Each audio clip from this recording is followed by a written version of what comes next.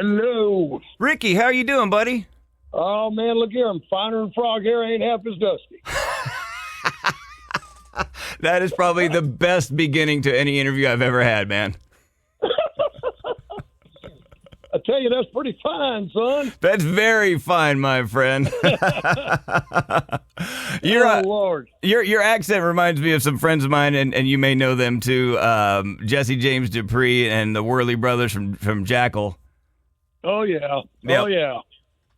Oh, yeah. You sound like you've been around the block with those guys a few times. I've been around a block or two. Yep. Hey, you obviously started your musical journey in Jacksonville, did some time in Gainesville, like Tom Petty and the Almonds, all the way up to Shinedown and Limp Bizkit. I asked Don Felder from the Eagles this question, but is there something in the water in northern Florida? No, it's called beautiful sunshine and women. That'll turn anybody into a rock star, right? No, you know what? I think really, to be honest with you, I think that this part of Florida was always back, in those times. It was a big transient area. I mean, there was a lot of families that were in, like, say, in Jacksonville, you had 3 naval bases in Jacksonville. You had the Jacksonville shipyards.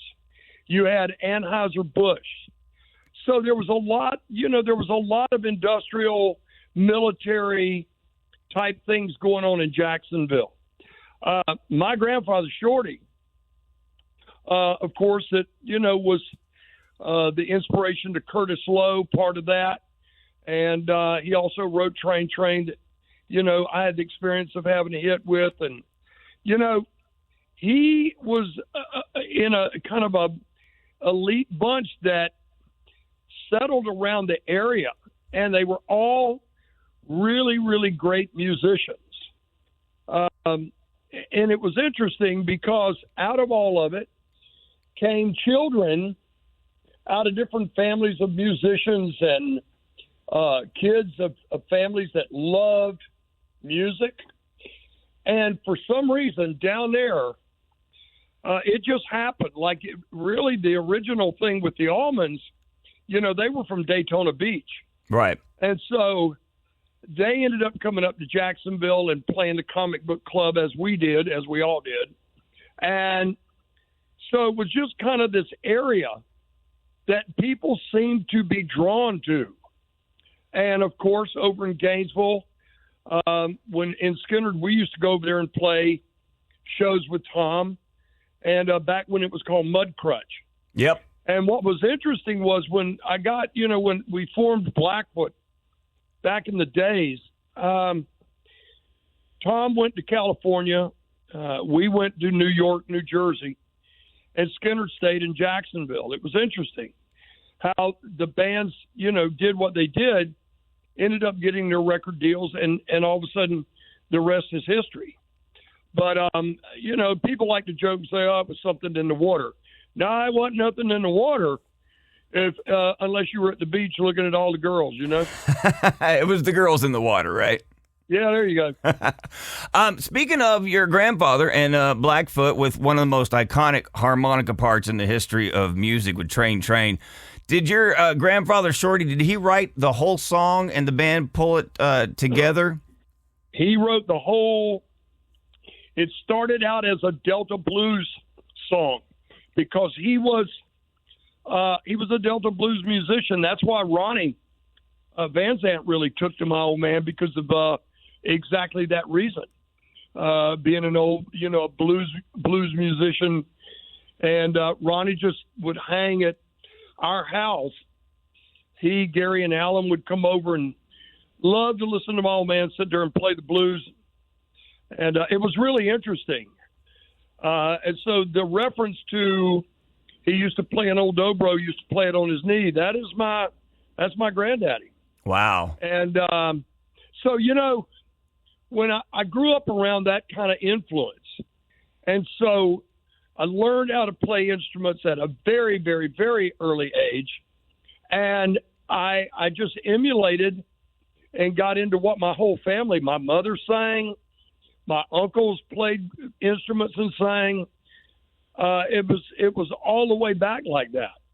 So I was raised around a music family. Been in it my whole life. And you know what, man, I couldn't see me doing anything else. I mean, this is what I'll always do the rest of my life. Well, once you've been on stage in front of crowds screaming for you, nothing gets better than that. Oh, it's the ultimate high. Yeah, absolutely. It really is. I mean, there's no drug in the world that's better than that. Back when you're young, you think that, man, I'm indestructible, And one day I woke up and realized I was destructible. Yeah. And so fortunately for me, I got out all the shenanigans that, at an earlier age in my 30s, and been like that ever since, man. And I just love being alive and being in an iconic band and being a part of their history, because I was with them first. First and foremost, I joined Skynyrd in the very formidable days. As a matter of fact, there's a video floating around with Gary Rossington saying, that they always considered me an original member. Ooh. Well, a lot of people likes to argue about that, but when you got, and Gary made this video about, I don't know, 2 or 3 years before he passed away, last year. And a lot of people were arguing back and forth about it. And Gary saw it on the social media, and he went on film and like to put an end to the argument. Well, back when the band was inducted in the Rock Hall of Fame, the Rock and Roll Hall of Fame, they deemed it necessary to not put me in there because they said my tenure with them wasn't good enough. What? So, I mean, here I am, sitting there at the Rock Hall of Fame watching this all go down, knowing that I had been signed to the band as a member of Lynyrd Skynyrd back in 71. And I'm sitting there watching this. I had wrote songs, played all the drums on those early recordings, sang lead on a lot of those songs, all the backgrounds, played a little bit of acoustic guitar and all that stuff. And here I am sitting there, and they deemed it I wasn't, good enough to be with the band going in. And I guess you can understand yeah, how I feel the way I do. But that's, what?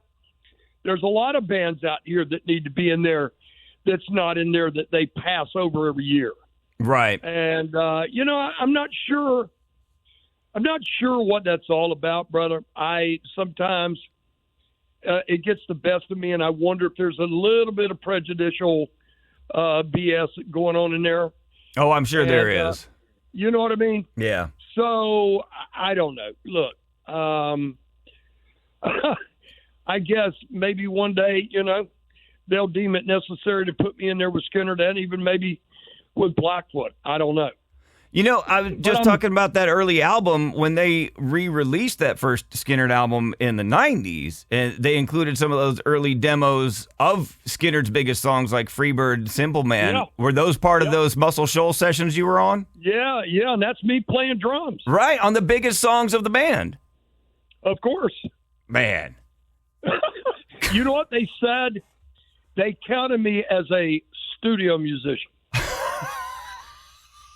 God. You know what?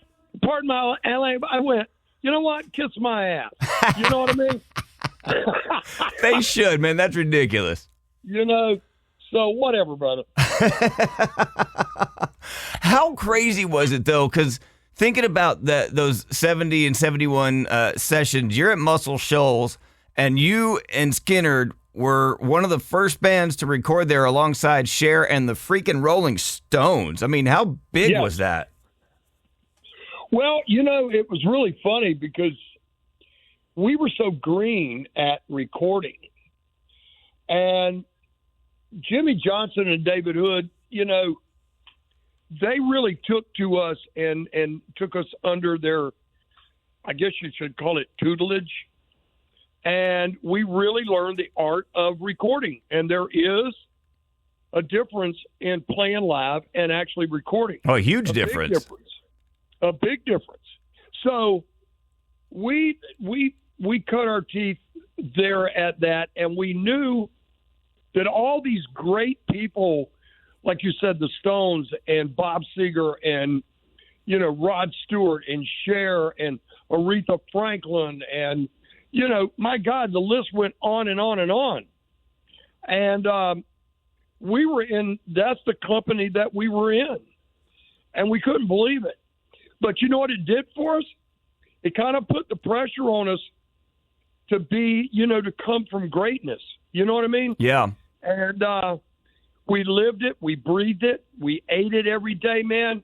I mean, there was nothing that we didn't feel we couldn't accomplish by sticking to our guns. I mean, look, when you're a band and you go into a place called Hell House and you rehearse 12, 14 hours a day, sweating your butt off, look, only greatness has got to come from it. And it was a machine. And you know what? We still conduct ourselves the same way today. Well, we do. I got to say, you've definitely got to be one of the most focused performers out there, because one of your first gigs in your band, Hammer, long ago, was as the house band at a topless bar in Gainesville. And how could you even play without being distracted the whole damn time? Hey, dude, you know what? After night, week after week, month after month, when you seen one titty, you seen them all. I mean, you know, you got to the point to where you're like, yeah, there they are. You know what I mean? And I'm not trying, that's no slap, you know, to women or anything like that. But hey, come on. You know, I mean, we played Dub's, it was called Dub's Steer Room. And it was on US 41, and it was outside of Gainesville. And we did 6 nights a week, 5 sets a night. Wow. And you talking about some wild times. You should have seen, I mean, you've got the girls, you know, the topless girls, they dance, you know, every night, whatever. But on Thursday nights was, I think, half-price beer or something like that. And every frat boy in University of Gainesville, University of Florida, they were there for the wet T-shirt contest. And this is when not the girls that's hired to dance, but just any of the girls at the university or wherever would come and enter the contest. And it was the wildest thing you've ever seen. I love it. I mean, sometimes it got so hysterical I couldn't even sing. You know? Yeah. So anyway, we always kept hoping Sophia Loren would show up, but it never happened. Oh, that would have been awesome, though, right? Jeez. Holy mackerel, yes. Oh. All right, let's get in a little bit here. You rejoined Skynyrd in 96, but after the plane crash in the 70s and the band decided to continue on, did they reach out to you then? Did you have any thoughts about being a part of that? Well, they did not. They did not reach out to me. And I you know, I can't say that I wasn't disappointed. You know, I was. But hey, they did the tribute tour in 87, but little did I know. And I found this out after I rejoined the band.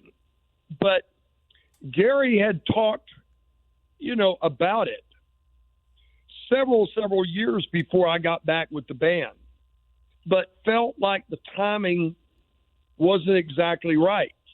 And so what happened is that I went up to Atlanta, Georgia, my manager and I did, because I was invited to Freebird, the movie premiere in the end of 95, the end of December 1995. And they were premiering the movie, and the night before was an all-star jam.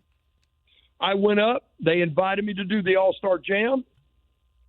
I went up and sang a song with Johnny. As a matter of fact, I think we sang I Ain't the One. And I had originally played drums on that. So I sang that with him. Then the band had worked up Train, the backing band had. And I did Train.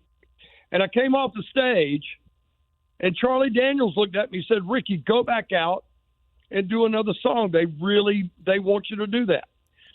So there was an acoustic guitar sitting there, and I said, can I borrow this acoustic? Yes. And so I grabbed it, and I walked it back out, and I got a standing O. Oh, nice. When I walked back out, and it just, because I'd played the Fox, before with Blackfoot, and had great shows there. And I walked back out, and I put the acoustic on, and I said something to the effect, ladies and gentlemen, thank you from the bottom of my heart. Didn't work this up with the band, but I'd like to play it for you anyway, right by myself, And I started Highway Song, and the room just went unglued. And I stood out there and sang Highway Song. Well, over on the side of the stage stood Gary, Billy, and Leon, and Johnny, and along with their manager and my manager. And their manager leaned over to my manager and said, we need to figure out a way to get Rickey back in this band. Nice. And I finished Highway Song, and I went back over to the side, and Gary, he gave me a hug. He said, Rickey, incredible. That was great. He goes, I'll be in touch with you soon. I said, okay. So January rolled around. I hadn't heard from him. February rolled around. I heard from him maybe once. And I kind of figured that, things weren't going to work out for them the way they maybe wanted or the way I wanted. And so come the beginning of March, and if you remember the old answering machines with the tape in them, So I'm at my studio here in Fort Myers, Florida, and so I said, let me take a break here. I want to go and check my messages. So I go in, dial it, check the messages, and lo and behold, there's a message from Gary.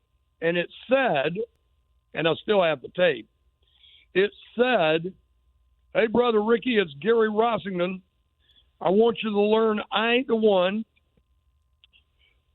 Saturday night, That Smell, Freebird, and I want you to do it the way Alan did it, because you're about the closest thing to Alan I could possibly hope for. And he goes, I'm going to come down to Fort Myers. I'm going to audition you.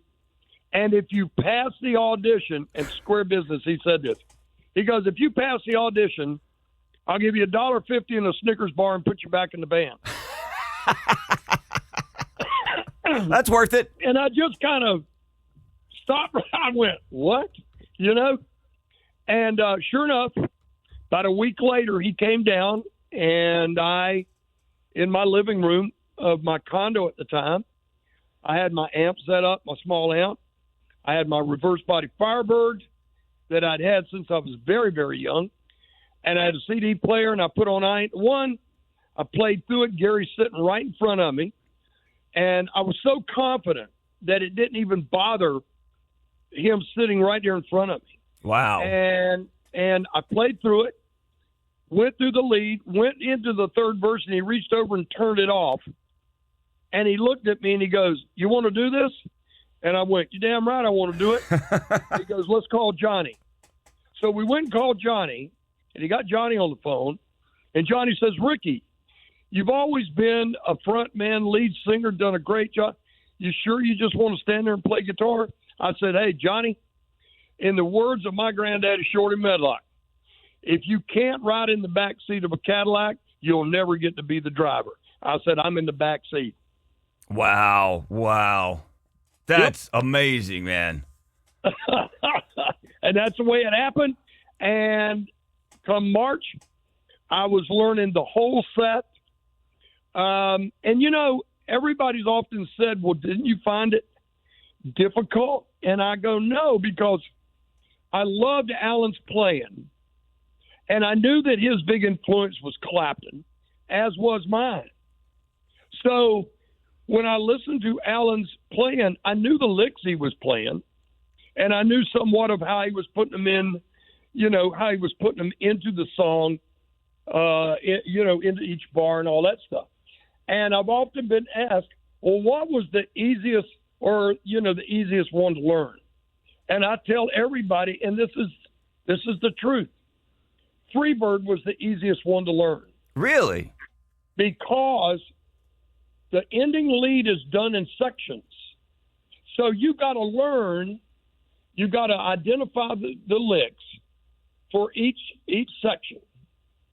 So I just knew which licks he was playing. I put it into each section. And come today, the last day of rehearsal here in Fort Myers before we hit the road, we did Freebird. And all eyes were on me, man. I mean, everybody's like, come on, show us, And we played Freebird, and I just went into that lead and played it like I'd been playing it my whole life. Wow. And I'll never forget Gary, Billy, and Leon, Johnny, they come up, they hugged me, they went, my God, that was great, Ricky. So, and it was been that way over 28 years ago, man. What did it feel like playing that lead for the first time on stage in front of a big audience? Oh, dude, it was over in West Palm Beach at the amphitheater over there that, formerly known as Coral Sky Amphitheater. Yeah. That was the first night of the tour, and that was the first night I'd been back to play with the band live. And we walked out on the encore, and I thought to myself, seriously, and I'll still do it. I think of Alan. I think of Ronnie. I think of Gary now, and Billy and Leon and everything. But I walked out there thinking, Alan, here goes. And you know what? I know his spirit's always around us. And, one day when I have to get off the bus up in the great beyond, when I step off the bus, I hope he's there to shake my hand. And hopefully he won't punch me out, but, we'll see. Being a guitar player myself, I always like to geek out on guitars and gear. And you're often pictured, and one of the most famous players of a Gibson Explorer, along like Billy Gibbons, James Hetfield, and Alan Collins. Is that one of your favorite guitars? That's my oldie goldie, and it is my number one. That's my number one go-to guitar I've been playing my whole life. That guitar, if you ever get a chance to be around me when I strap it on, you just look at all the battle scars. You'll see it's aged so good, man. It's a beautiful axe. How long have you had it? Oh, my God. Since the beginning, huh? Oh, Jesus. Let's see, probably 30 years, 40 years or more. Wow. Yeah. That's amazing. I've got old Firebirds. I've got a really old reverse body Firebird that recently here about 10 years ago I found out that it's a prototype. And that the production models were made from. So I've actually got, on the road with me, I carry the old Explorer. I carry a Gibson custom shop one that they made for me, identical to my old one. I've got two reverse body Firebirds, my real old prototype, and a 65 out on the road. And everybody thinks I'm nuts for taking my vintage stuff on the road, but I tell everybody, look, my granddaddy Shorty told me, if you're going to buy these damn things, don't sit them in a closet to look at. Play them. Absolutely, that's what they were meant to be. And that's where that sound came from, was those older guitars. You're damn right, man. And listen, I am a purist. I am guitar to amp. I mean, I don't look. I can dance real good, but I can't dance on pedals great at all. So no stomp boxes and no effects. You're just straight through. Damn stomp boxes freak me out, man. So I learned years ago in the way that Hendrix and Jeff Beck and Clapton and Jimmy Page and everybody.